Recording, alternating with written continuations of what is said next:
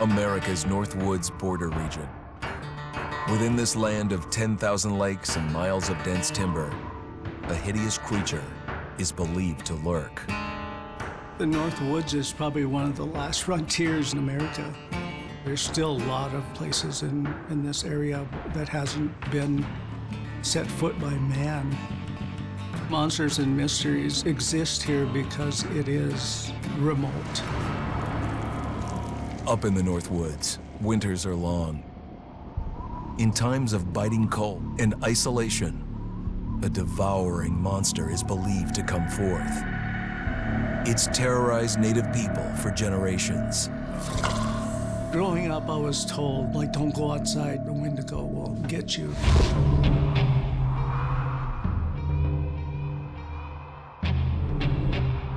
Among the traditions of the northern Algonquin tribes is the Wendigo, a monster that can seize hold of a person to carry out its hunger for human flesh.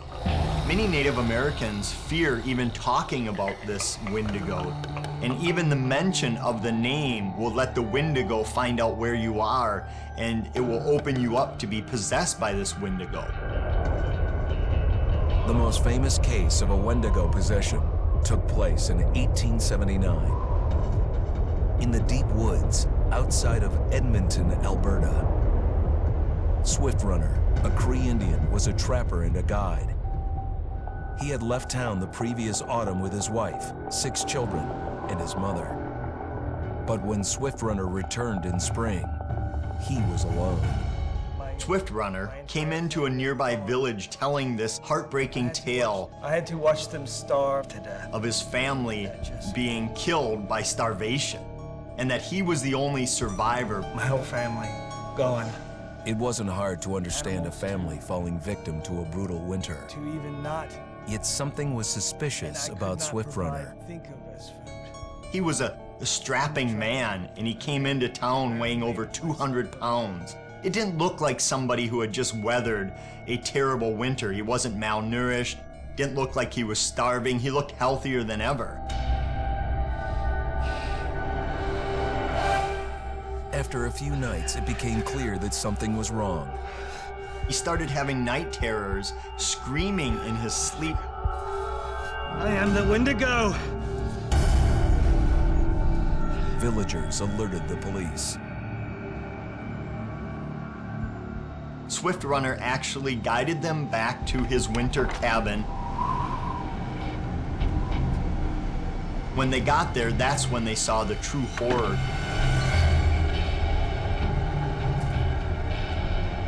Human skulls were scattered around, many bones, some of which had been snapped in half, and the marrow inside had been drained. They had never seen anything like it. Swift Runner had killed his entire family, shooting them, hitting them with an axe, strangling, and then eating most of their bodies.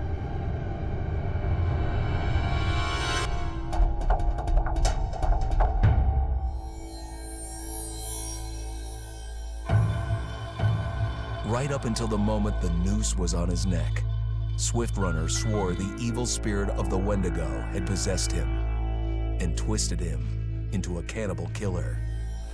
When he was on the gallows, Swift Runner himself said, "I am no longer a man."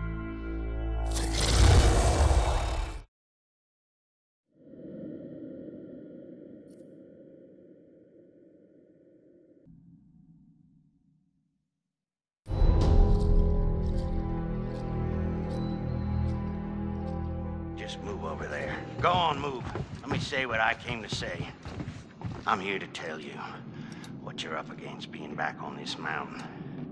You should never have returned. I don't know why you did after what happened last year. You mean with Hannah and Beth? Yeah, how could you know without being involved? I don't take kindly to you kids coming up here to my mountain. Your mountain. The mountain don't belong to me, it's true. But it don't belong to the Washingtons. This mountain belongs to the Wendigo. Hi, this is Lee Robinson, production designer at Supermassive Games. Understanding the ancient myths of the Wendigo was key for their development that helped the visual look, Through sketches and concepts, these elements were visualised, such as eyes being milky, almost dead, with loss of lips and eyelids due to frostbite, fangs growing and arms and legs getting longer, with skin hardening and thickening to look snarling and menacing, yet withered and lean. The hell was that? Another fucking piece of... Fingers and toenails extending like claws, allowing them to climb effortlessly. We made them look gaunt and weathered, and having ragged remains of clothes they wore. Blood-stained and rotten, with patches of hair still remaining, they retained strong skeletal limbs, which enable them to be agile and quick through the environment. Where are you?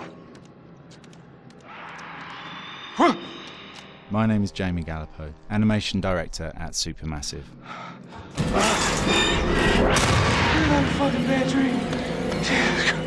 The overall direction on the creature was to be very strong, to be extremely fast. We wanted a spider-like movement to the creature. 1 minute scampering to leaping and then crawling, almost instantaneous. And finally, we wanted the creature to have this real, uncontrollable thirst for flesh.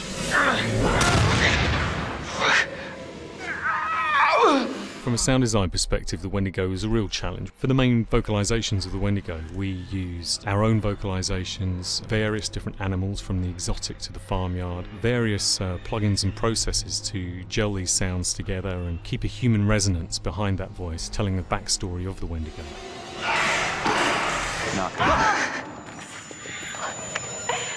During the chase sequences, the anger of the Wendigo is felt by encircling breaths, screams and screeches that essentially chase you as you're being chased by the Wendigo.